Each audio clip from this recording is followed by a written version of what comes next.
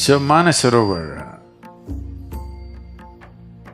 is significant because it is culturally significant because whenever Shiva is a bit of a vagabond householder, he goes away.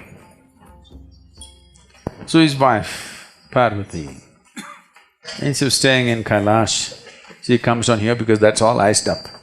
She comes down here, at least there's cold water. So she lives here largely. So more time was spent here than there, so many things happened here. One of the things that happened was Ganapati was born here. So he's not elephant-headed, he's Ganapati. Gana means the Ganas who were Shiva's companions. Generally, they are described as distorted and demented human beings, or beings, not human beings. They did not have human form, they had strange forms. And they had limbs which did not have bones, boneless limbs they had. And they spoke in a language which nobody could decipher. They spoke like cacophony. And they seemed to be always inebriated, or at least they behaved like that. So they were called Ganas, and they were the permanent companions of Shiva, all the time with him. Others came and went, but they were always there. So, when one of these outings that Shiva went, he went away 12 years.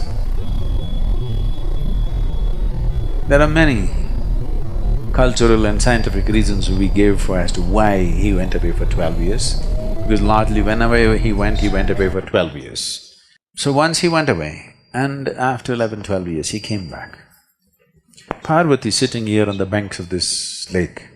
I want you to imagine, you're the just only woman sitting on the banks of Manasarovar lake, nothing here. She wants to have a baby.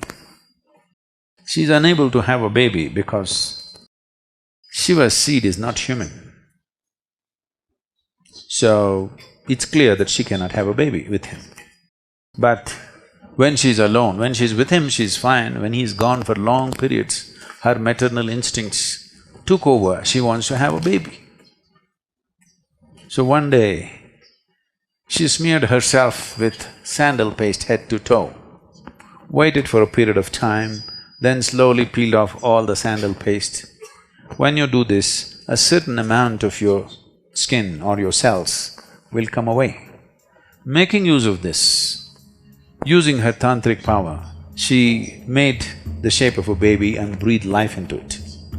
A nice little boy came, and she was very happy in the company of this boy, and he grew up, just the two of them, nobody. And Shiva lands up from somewhere, nobody knows where he goes. Him and his friends land up, full, all inebriated and happy, come to see his wife. He's that kind. And Parvati wants to have bath. So she set up a small barrier and asked the boy to watch out, that nobody comes this way. So the boy took this duty as he's very proud to guard his mother. So with a spear in his hand, he's walking up and down. He's looking for trouble. He wants to. Somebody should come now and he must fend them off. He desperately wants to do something for his mother. He's in that state. And Shiva and his friends landed up. So he wants to see his wife, he's coming that way. And the boy stopped him and questioned him, "Who are you?"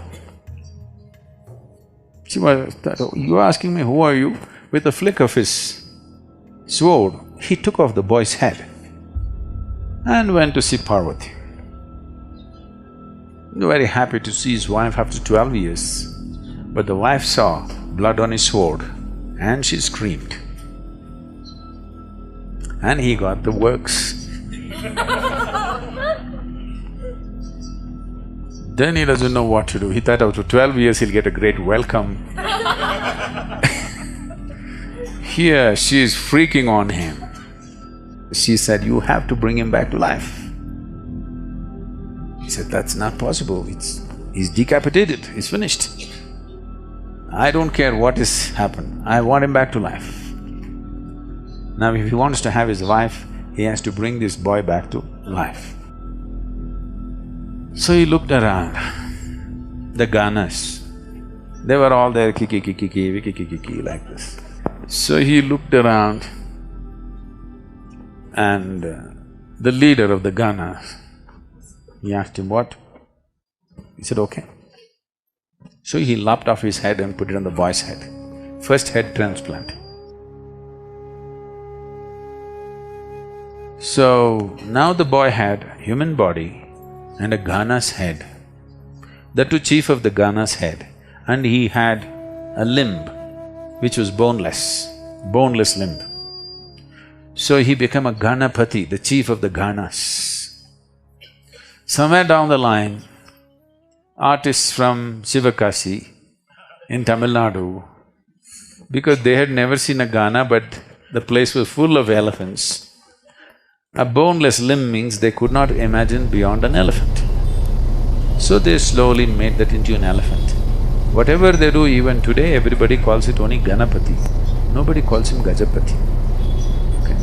Some people have started writing songs these days calling him Gajapati, but it doesn't stick.